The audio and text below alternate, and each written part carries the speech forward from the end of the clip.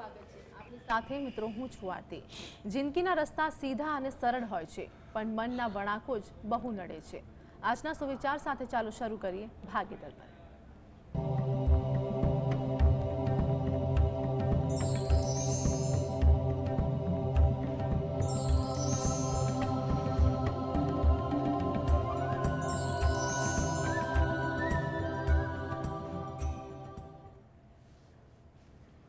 તો ભાગ્ય દર્પણમાં આપના પ્રશ્નોના નિરાકરણ અને રાશિફળ વિશે માહિતી અને માર્ગદર્શન આપવા માટે આપણી સાથે જોડાયા છે જ્યોતિષાચાર્ય અને વાસ્તુશાસ્ત્રી હર્ષિતભાઈ પાઠક। હર્ષિતભાઈ, જીએસટીમાં આપનું સ્વાગત છે। નમસ્કાર। નમસ્કાર। સર્વપ્રથમ આજના પંચાંગ વિશે જણાવો। હા, આજના દિવસની શુભ શરૂઆત કરીશું પંચાંગની જાણકારીથી। આજે વાર છે શુક્રવાર, વિક્રમ સંવત 2081 ચાલી રહ્યો છે। તારીખ છે 22/11/2024।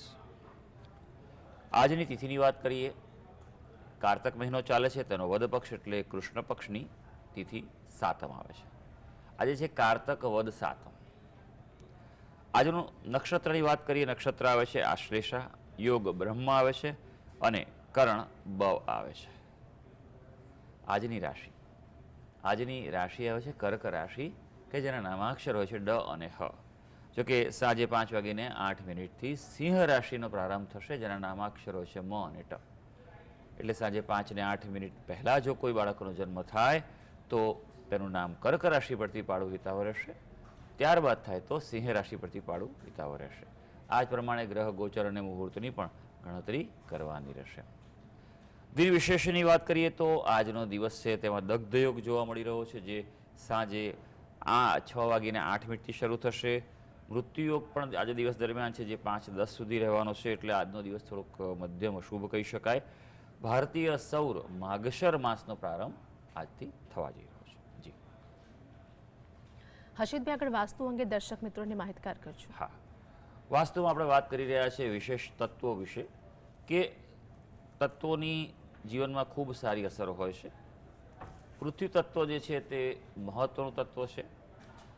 જો તે તમારા ઘરમાં, ઓફિસમાં, મકાનમાં, જ્યાં પણ જે પણ રચના હોય, ફેક્ટરી હોય કે કોમ્પ્લેક્સ હોય, જો પૃથ્વી તત્વ જે છે તે મજબૂત હોય, સંતુલિત હોય તો તે ખૂબ મહત્ત્વનો ભાગ ભજવે છે। સૌથી અગત્યની વાત એ છે કે પૃથ્વી તત્વ જો સારું હોય તો લોકો વચ્ચે, ઘરના લોકો વચ્ચે અથવા કાર્ય કરનાર વ્યક્તિઓ વચ્ચે હાર્મની, સંવાદિતા રહે છે। પૃથ્વી તત્વ જો હોય સંતુલિત તો તમારા પોતાની આવડત છે તેનો તમે શ્રેષ્ઠ ઉપયોગ કરી શકો છો।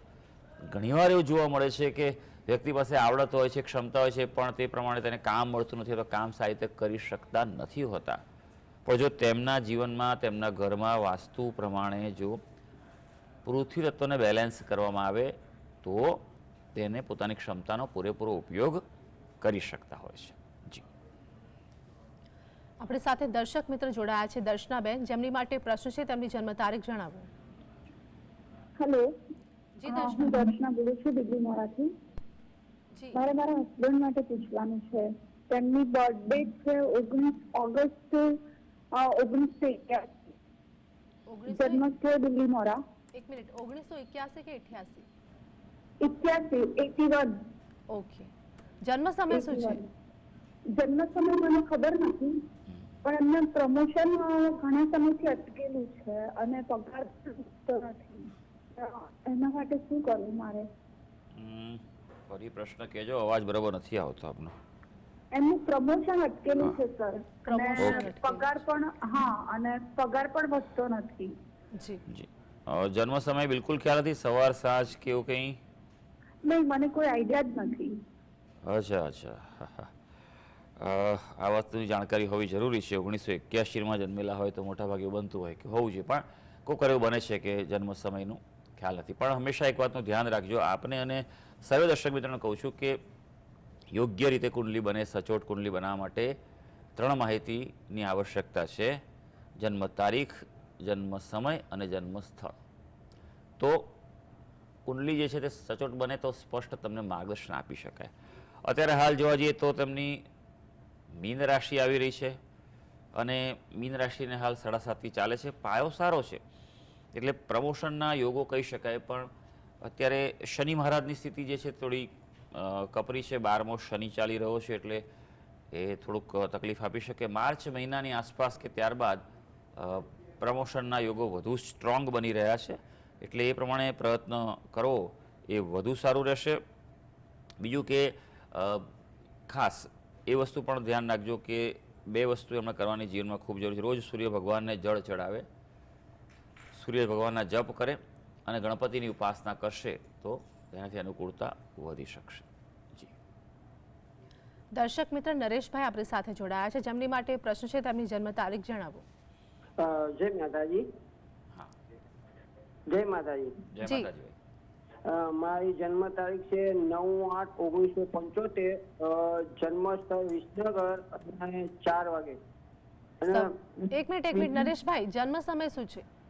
જન્મ સમય સવારે 4 વાગે છે. જી. અને જન્મ સ્થળ વિસનગર.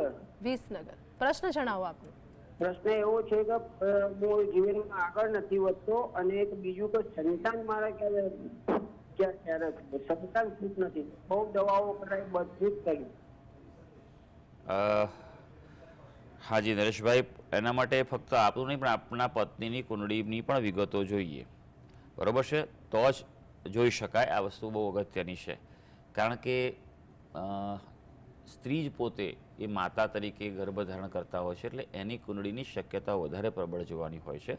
પતિ બંનેના યોગો જોવાના હોય છે. હવે આપણે આપણી કુંડળી આપી છે, તેના પરથી પણ આપણે જોઈ શકીએ કે ધનુ લગ્નની કુંડળી આવે છે અને પંચમ સ્થાનનો અધિપતિ મંગળ છે, કેતુ સાથે પ્રબળ અંગારક દોષ બનાવી રહ્યો છે, એટલે એ સૂચવે છે કે તકલીફ આવે. હા, એટલે એવું બને કે કદાચ રહ્યું હોય ને કદાચ એબોર્શન થયું, એવું પણ કંઈક પ્લાનિંગ થયું હોય, બની શકે એવું. 2 વસ્તુ આપે ખાસ કરવાની જરૂર છે. સૌથી પહેલી વાત કે ગુરુ ગ્રહના જપ કરો, અનુષ્ઠાન કરો પોતે, મુહૂર્તમાં અને યોગ્ય સંકલ્પ લઈને કરો. જુઓ, આ જ વસ્તુ છે કે પ્રયત્નો ઘણા કરતા હો, પણ યોગ્ય રીતે પ્રયત્ન કરવા એ ખૂબ જરૂરી છે. આજે ઘણા બધાને કહું છું કે જપ કરો તો પછી પોતાની અનુકૂળતા પ્રમાણે ગમે તે રીતે ખેંચી કાઢશે. ઘણા હડતા ફરતા જપ કરતા હોય છે, એનો અર્થ જ નથી ભાઈ, બરાબર છે?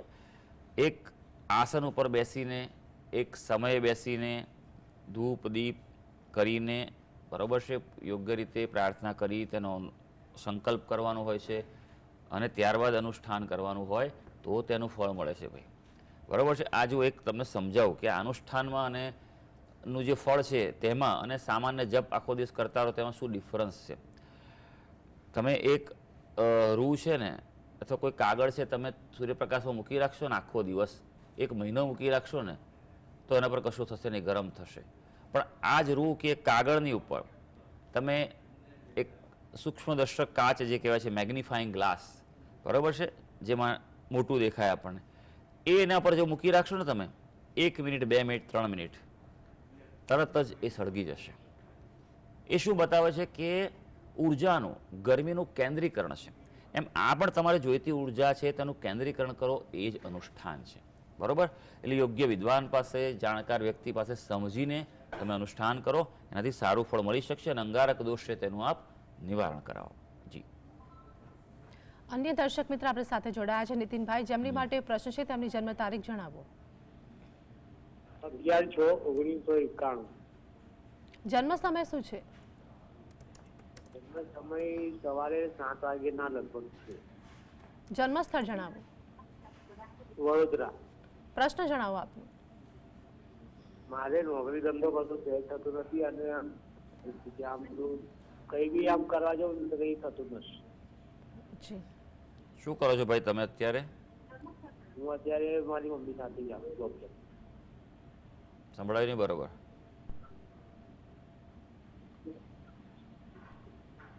નીતિનભાઈ, આપનો પ્રશ્ન ફરીવાર જણાવો. હલો. જી, પ્રશ્ન ફરીવાર જણાવો. પ્રશ્ન એટલે એવું છે કે આમ કઈ સેટ કરવા જાઉં કશું થતું નથી અને આમ આપણું હાથમાં આવતા પહેલા જ આપણું જતું રહે છે. તમે અત્યારે શું કરો છો અને તમે શું અભ્યાસ કર્યો? હલો. નોકરી એટલે મારે કરવા જાઉં છું નોકરી, તો મારાથી નોકરી સેટ થતું નથી. હા હા. 1-2 મહિનો કરું અને પછી નોકરી છૂટી જ જાય. તમે અભ્યાસ શું કર્યો ભાઈ? લાગે છે અત્યારે હું ઘરે જ છું.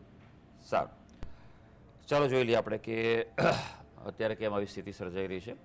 જો સૌથી પહેલી વાત કુંડળી જોતા પહેલાં એ કરીશ કે જ્યારે આવા પ્રશ્નો સર્જાતા હોય ને વારે વારે તકલીફ રહેતી હોય તો તમારા ઘરનો વાસ્તુ દોષ દૂર કરાવો, બહુ જરૂરી છે. અને જો તમે અમારા નિયમિત દર્શક હો તો અમે નિયમિત દરરોજ ભાગ્ય દર્પણ કાર્યક્રમમાં આપને વાસ્તુની ટિપ્સ પણ આપીએ છીએ. જો તમે એ પ્રમાણે પણ અમલ કરશો તો પણ તમને અનુકૂળતા આવશે. હા, પણ જો તકલીફ વધારે અને ઊંડી હોય ને ભાઈ, તો પછી યોગ્ય વિદ્વાન પાસે માર્ગદર્શન લઈ અને વાસ્તુ દોષનું નિવારણ કરાવો, જે ખૂબ લાભદાયક રહેતું હોય છે. કુંડળી પર નજર નાખીશું તમારી તો મિથુનનો લગ્નની કુંડળી આવે છે. લગ્નનો સ્વામી જ 12મા સ્થાનમાં છે અને અસ્તનો છે નિર્બળ છે. હંમેશા હું કહું છું કે લગ્નેશ જ્યારે નિર્બળ હોય તો જીવન પણ એ જ પ્રમાણે રહેતું હોય છે, તકો આવીને જતી રહે છે. ભાગ્યસ્થાનનો સ્વામી શનિ એનાથી પણ 12મે પડ્યો છે એટલે વિલંબ પણ બતાવે છે અને તમારે એમ કહેવાય કે થોડીક આળસ પણ રહે તમારે. બીજું, જૂઠ્ઠું બોલવાની ટેવ તમારી બિલકુલ કાઢી નાખજો, કારણ કે આવી કુંડળી બતાવે છે કે તમને જૂઠ્ઠું બોલવાની આદત હોય. બિલકુલ કાઢી નાખજો તો જીવનમાં સુખી થશો. તમારે 2 ઉપાય કરવાની ખાસ જરૂર છે. બુધ ગ્રહના મંત્ર જપ કરો અને ત્યારબાદ એનું અનુષ્ઠાન પતે પછી શનિ ગ્રહના મંત્ર જપ કરો, એ તમારા માટે સારું છે. જી દર્શક મિત્ર દીપાબેન આપણી સાથે જોડાયા છે. દીપાબેન, જેમની માટે પ્રશ્ન છે તેમની જન્મ તારીખ જણાવો. પ્રશ્ન મારા પોતાના માટે છે. મારી જન્મ તારીખ છે 2 જાન્યુઆરી 1982. જન્મ સમય શું છે? જન્મ સમય બપોરે 12 થી 1 ની વચ્ચે છે અને સ્થળ છે અમદાવાદ. જી, પ્રશ્ન જણાવો. મારો પ્રશ્ન એ છે કે મારા પર છે ને ખોટા આરોપો બહુ લાગે છે. આ 5-7 વર્ષથી હું બહુ હેરાન થાઉં છું અને વગર કામના ઝઘડા બહુ થાય છે. વાંક મારો ના હોય છતાં પણ ઝઘડો થાય છે. એટલે મને ત્યારે ઘરમાં આરોપો મુકાય છે, બહાર આરોપો મુકાય છે બેન? ના, બહાર આરોપો મુકાય છે. ઘરમાં મને કશી તકલીફ નથી. તમે શું કામ કરો છો? હું હાઉસવાઈફ જ છું. અચ્છા, જન્મનું વર્ષ ફરી કહેશો? 1982. 82? હા, 82. ઓકે, સારું. ચાલો, પ્રશ્ન સમજવો બહુ જરૂરી હશે, કારણ કે અત્યારનું જીવન જે છે તે ઘણું બધું વ્યાપક થઈ ગયું છે, ઘણું કોમ્પ્લેક્સ પણ જીવન છે. તમે શું એક્ટિવિટી કરો છો, કઈ રીતે છો, તે સમજવું બહુ જરૂરી છે. તમારા જે કુંડળી આવી રહી છે, તમે જે વિગત આપી અનુસાર મીન લગ્નની કુંડળી આવે છે અને રાશિ પણ મીન છે. મીન રાશિ માટે પહેલી વસ્તુ એ છે કે 7.5થી શરૂ થયેલી છે, પહેલો તબક્કો ચાલે છે. એટલે એમ સમજો કે હજી તો શનિ મહારાજ તમારી પરીક્ષા શરૂ કરવા જઈ રહ્યા છે. 2 વર્ષ જેવું થઈ ગયું છે, બરાબર છે. આ માર્ચ મહિનામાં તબક્કો બીજો ચાલુ થશે, ત્યારબાદ ત્રીજો. પાયો સારો છે પણ ગભરાવાની જરૂર નથી. શનિના ઉપાય કરો, ખૂબ જરૂરી છે, બરાબર છે. શનિની વસ્તુઓના દાન કરો અને પીપળાને જળ ચડાવો. નિયમિત રીતે શિવજીની ઉપાસના કરો.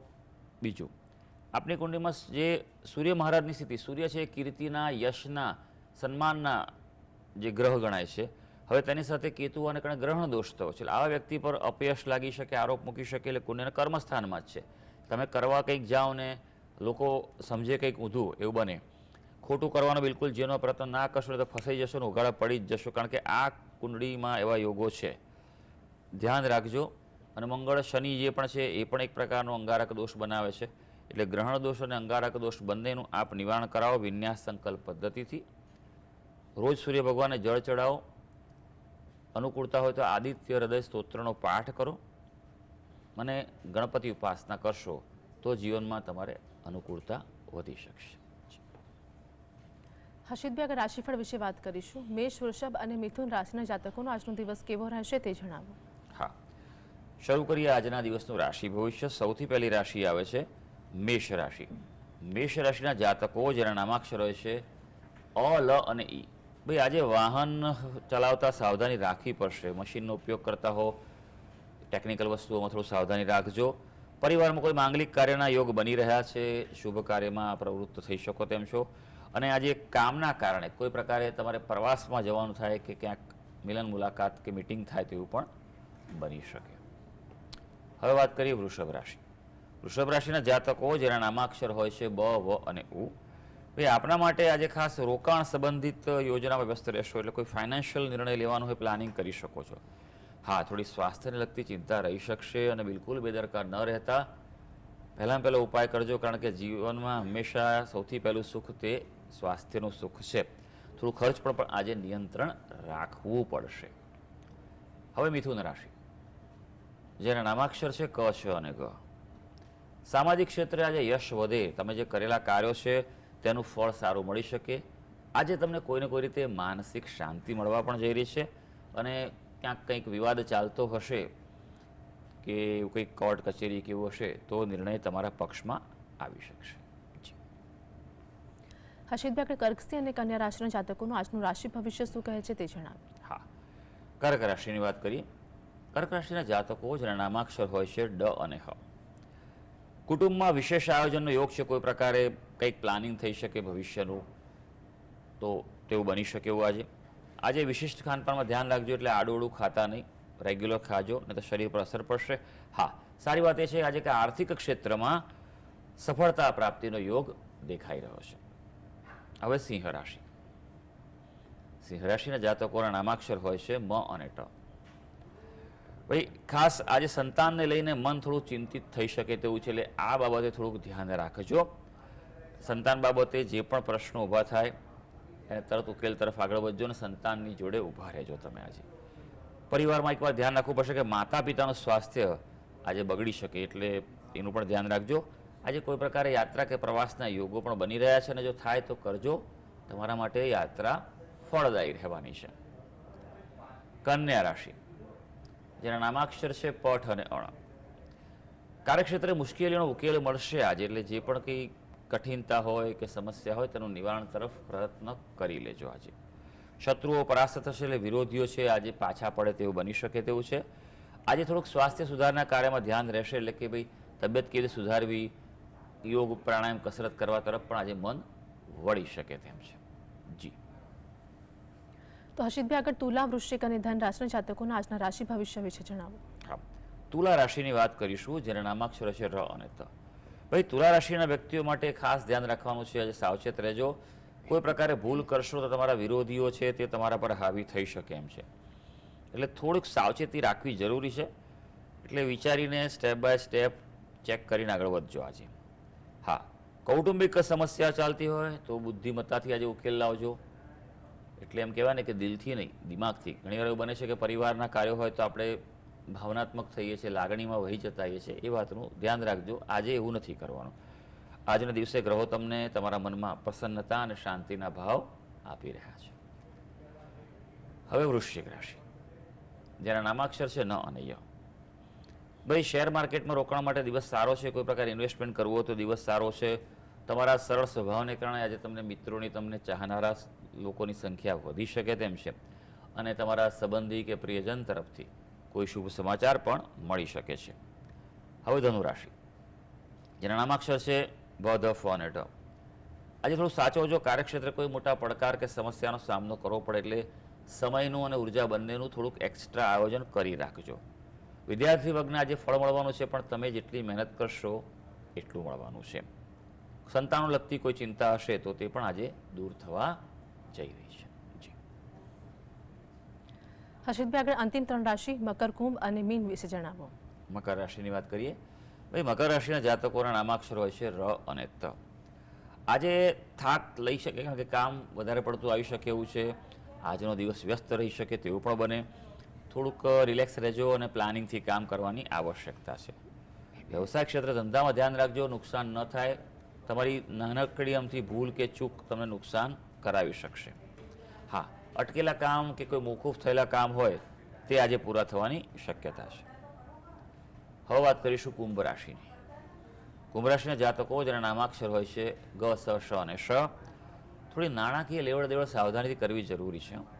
એટલે કોઈને પૈસા આપવાના હોય તો થોડુંક ચેક કરી લેજો. વિશ્વાસે વહાણ ડૂબી જશે. ઘરના સભ્યોની મદદથી આજે કોઈ નિર્ણય લેવાનો હોય મહત્વનો તો એ વધારે યોગ્ય રહેશે. આજે યોગ પ્રાણાયામ કસરત લાભદાયી રહેશે. મીન રાશિ, જેના નામાક્ષર છે દ, ચ, ઝ અને થ.